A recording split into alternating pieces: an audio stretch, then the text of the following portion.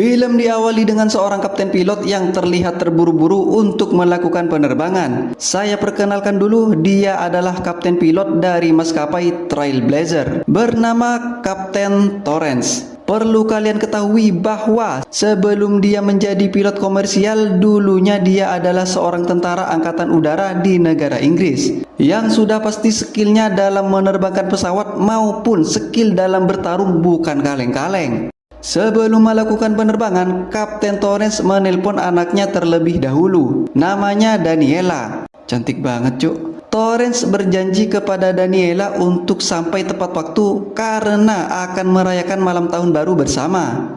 Di ruang kokpit, dia didampingi oleh seorang co-pilot bernama Dele. Dia berasal dari Hong Kong. Sebelumnya, Dele memberitahukan sang kapten bahwa pesawat akan melewati cuaca buruk, tepatnya di bagian selatan Filipina. Seorang kru juga memberi informasi bahwa penumpang berjumlah 14, di mana di antaranya terdapat satu orang penumpang yang merupakan buron. Berpenampilan plontos, berkulit hitam, dan bertubuh besar kekar. Namanya adalah Gasper. Dia diburon karena kasus pembunuhan. Karena statusnya adalah buron, tangannya harus tetap diborgol dan diawasi oleh seorang polisi. Setelah beberapa saat, masuklah penumpang ke dalam pesawat. Happy New Year. Yeah, how old the plane? Do you want to sit by the window? Yeah, thanks. Dan pesawat pun lepas landas.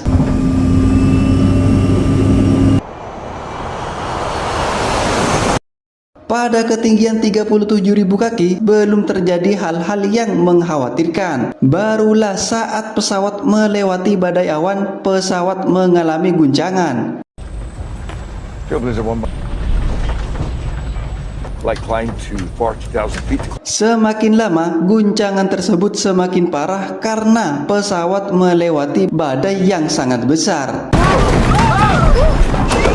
Kapten Torrance pun ke belakang untuk mengecek penumpang. Namun, setelah beberapa saat, inilah yang terjadi.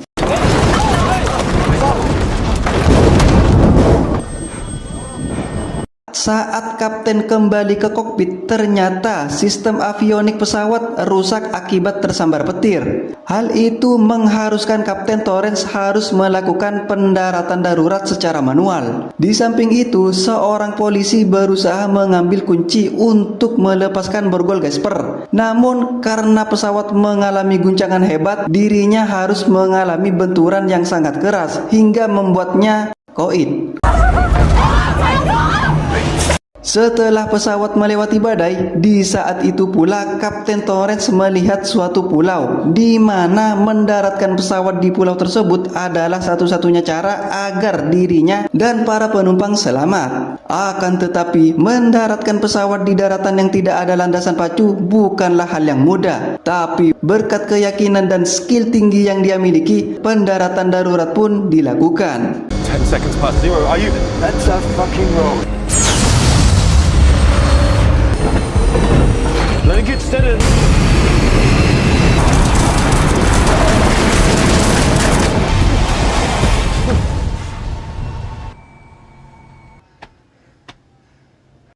Dan ya, pesawat akhirnya bisa mendarat dengan selamat. Di sini kita diperlihatkan bahwa Kapten Torrance bukan hanya cerdas, tapi skill pilotnya memang di atas rata-rata. Sang kapten pun menurunkan penumpang satu persatu. Setelah dirasa semua sudah aman terkendali, Kapten Torrance dan co-pilot Dele menghitung jarak dan posisi terakhir pesawat, di mana ternyata saat ini mereka berada di sebuah pulau bernama Pulau Jolo. Dele memberitahu bahwa pulau tersebut adalah tempatnya sekelompok teroris berbahaya, dan di pulau ini pun belum ada sistem pemerintahan, sehingga sudah dipastikan di pulau ini tidak akan ada yang namanya polisi, apalagi Indomaret, Alfamart, atau warung Madura 24 jam pun tidak akan ditemukan di pulau ini. Itu artinya mereka belum sepenuhnya selamat. Karena tidak ingin para penumpang ketakutan, situasi tetap tenang, Kapten Torrance tidak memberitahukan hal tersebut kepada para penumpang. Di samping itu, pihak maskapai kesulitan menemukan posisi pesawat saat ini dikarenakan sistem navigasi maupun radio rusak akibat tersambar petir. Balik lagi ke penumpang, karena sistem di pesawat rusak dan tidak bisa menghubungi maskapai, Kapten Torrance memutuskan untuk pergi menelusuri tempat sekitar dengan berharap segera mendapatkan bantuan. Akan tetapi di sini Kapten mengajak Gasper yang merupakan buron. Dia mengajak Gasper untuk bekerja sama dan mau mengerti dengan situasi yang sedang mereka alami.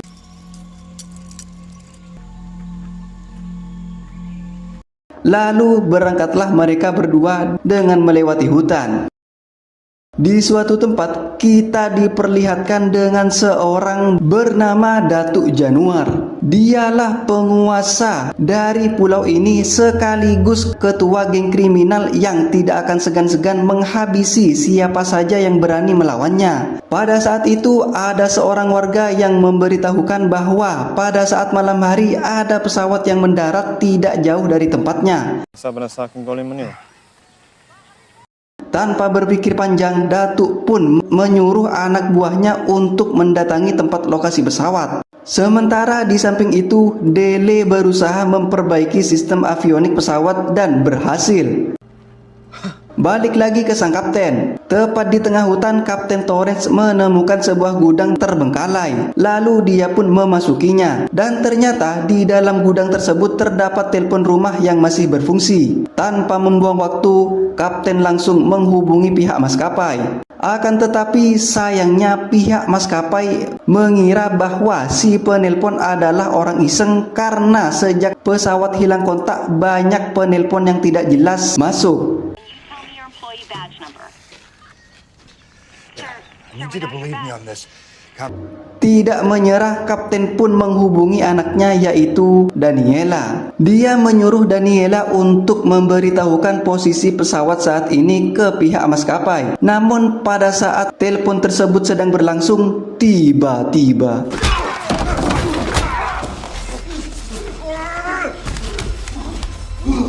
Kapten Torrance diserang oleh anak buah Datuk. Tapi karena sang kapten merupakan mantan militer, akhirnya dia berhasil memperkoid orang tersebut.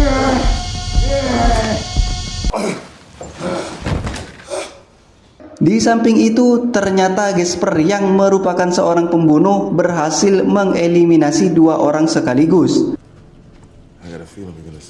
Beralih lagi ke maskapai. Berkat bantuan Daniela, akhirnya pihak maskapai berhasil menemukan lokasi pesawat dan pihak maskapai pun juga tahu bahwa pulau yang mereka singgahi saat ini merupakan pulau yang sangat berbahaya. Oleh karena itu, pihak maskapai mengirimkan tentara bayaran untuk melindungi para penumpang, dan kelompok tentara bayaran itu bernama Shellback.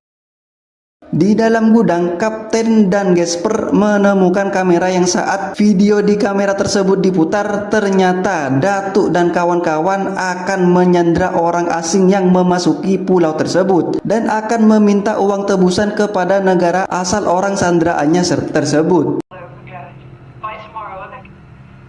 Sadar bahwa para penumpang dalam bahaya, Kapten dan Gasper bergegas kembali ke pesawat. Namun sayangnya sang kapten keduluan Datuk dan kawan-kawan sampai di lokasi pesawat. Awalnya penumpang terlihat bahagia karena mereka mengira mobil yang datang adalah mobil bantuan. Tapi saat Datuk menembakkan pistol, mereka sadar bahwa yang datang adalah orang jahat. I'm in charge. Karena dirasa sangat berbahaya kalau melawan, Kapten dan Gasper memilih untuk mengawasi penumpang dari semak-semak. Di situ Kapten harus menyaksikan salah satu penumpangnya harus ditembak karena panik dan mencoba untuk kabur. Dan karena si suami memberontak seperti kalian yang tidak diberi jatah oleh istri, inilah yang terjadi. Lalu para penumpang pun disuruh masuk ke dalam bis untuk dibawa ke markasnya Datuk. Saat Datuk balik ke markas, dia memerintahkan dua anak buahnya untuk memeriksa tas milik penumpang. Nah, karena hanya dua orang, Kapten dan Gasper bisa mengatasinya dengan mudah. Mereka memanfaatkan dua orang tersebut untuk mencari tahu informasi di mana base camp Datuk. Little. Empty your pockets. Come on. He in charge. You, that will kill me, kill my family. I don't know. Setelah mendapatkan informasi, Gasper pun langsung mengkoitkan dua orang tersebut. Sebelum berangkat ke base camp Datuk, Kapten menuliskan pesan bahwa para penumpang sedang disandra.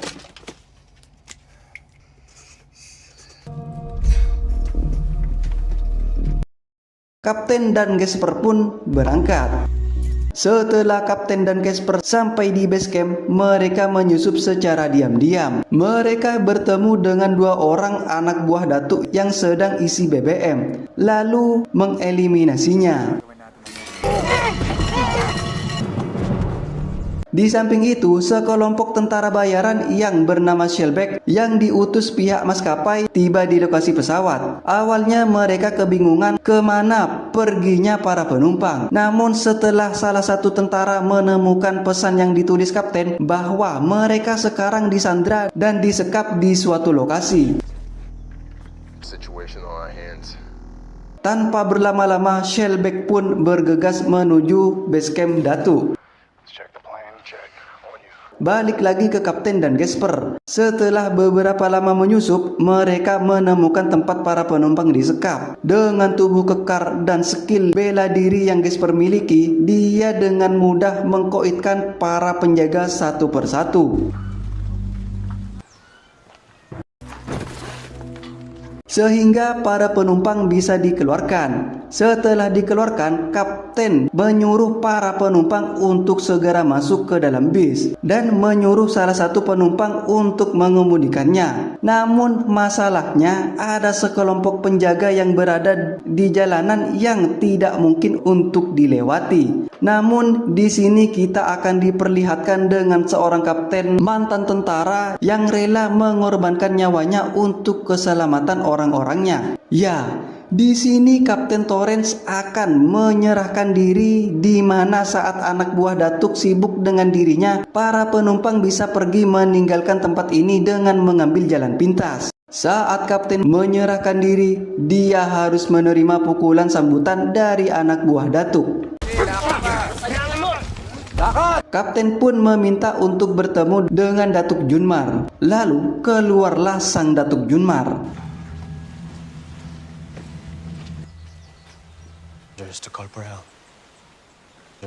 Kapten pun meminta agar para penumpang dibebaskan dan dia pun berjanji untuk tidak akan ada polisi maupun tentara yang akan mengganggu tempat ini.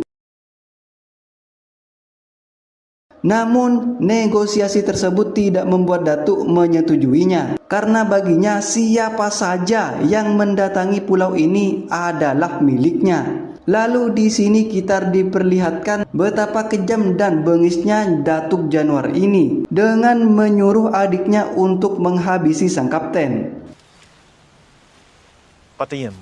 Namun yang terjadi,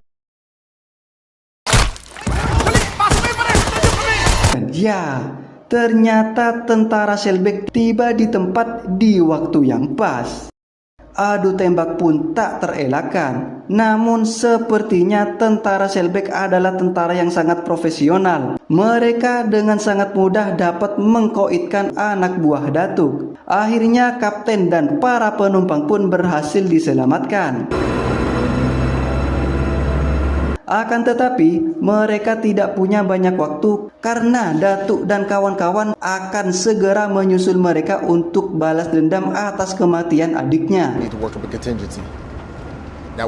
Dari pihak maskapai, kapten mendapat kabar bahwa pesawat bantuan akan tiba dalam beberapa jam. Namun masalahnya sebentar lagi Datuk dan kawan-kawan pasti akan datang. Jalan satu-satunya adalah keluar dari pulau ini menggunakan pesawat, di mana sistem avionik pesawat sudah berhasil Dele perbaiki sebelumnya. Namun sistem navigasi tetap tidak berfungsi, yang artinya pesawat akan terbang dengan pengendalian full manual. Setelah beberapa saat sampailah Datuk dan kawan-kawan, sehingga aksi baku tembak pun terjadi. Jujur di adegan ini aksi tembak-menembak sangat keren. Namun ya karena sangat berpotensi terkena takedown dari YouTube, jadi terpaksa dengan berat hati tidak saya tampilkan.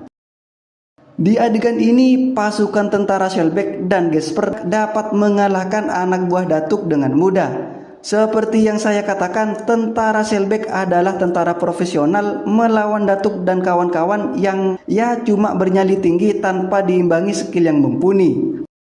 Tersisa Datuk seorang diri. Pada saat semua orang memasuki pesawat, Gasper yang merupakan seorang buron memilih untuk tidak ikut pesawat. Dirinya memilih untuk kabur dan membawa uang yang sangat banyak. Karena dia berpikir jika dia selamat, toh dia juga bakalan tetap dijebloskan ke penjara. Cerdas Looper. Pesawat pun mulai dijalankan. Namun Datuk dan pasukannya tidak menyerah dan terus menembaki badan pesawat. Gasper pun masih sempat membantu hingga tersisa Datuk seorang diri. Kali ini dia menggunakan bazooka. Namun yang terjadi,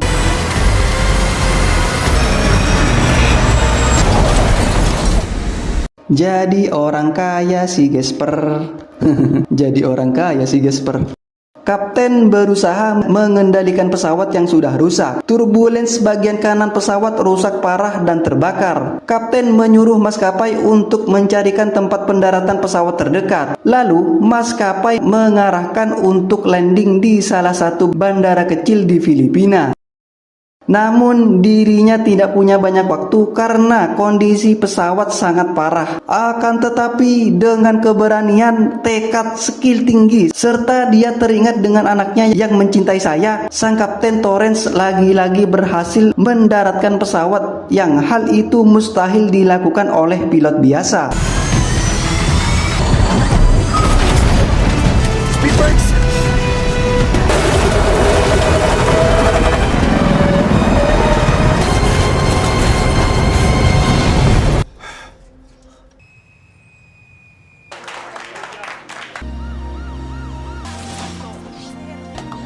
You're a hell of a pilot, Captain.